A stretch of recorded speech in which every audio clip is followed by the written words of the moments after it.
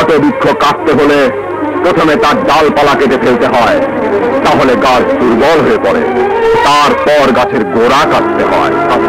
হ্যাঁ, রাহাত খানকে মেরে তুমি আবার জেলে যেতে চাও? ওরা খুব বুদ্ধিমান। ঠান্ডা মাথায় প্রতিটি প্রতিশোধ তোমাকে নিতে হবে। তারপর সিদ্ধান্ত নাও প্রথমে কাকে শেষ করবে।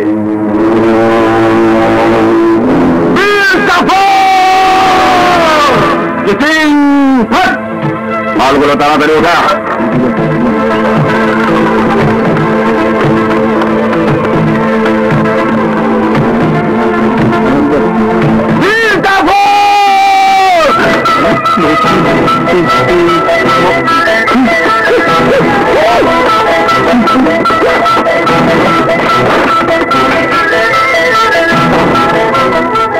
মীর জাফর, তুই আমার হাত থেকে বাঁচতে পারবি না, খোদার কসম।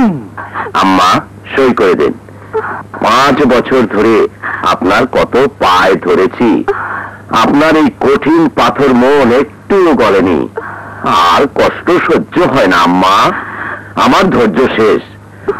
আজ এই তালাকনামায় সই করে দিন। না, আমি সই করবো না। রকি, একটু ঘা লাগাতো দেখি।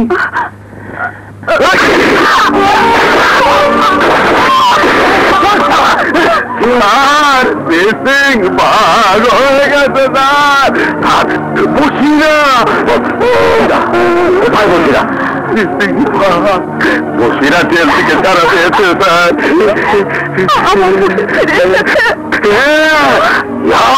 কামটা নিয়ে আমাকে মারতে এসেছিল স্যার। আমি এ যাত্রায় কোন রকম বেঁচে গেছি স্যার, বেঁচে গেছি। তোমরা পশ্চিমে হাত থেকে পালিয়ে বাঁচতে পারবে না, পারবে না, পারবে না। আমাকে বাঁচান স্যার, আমাকে বাঁচান। আমি আপনার পায়ে পড়ি, আমাকে বাঁচান।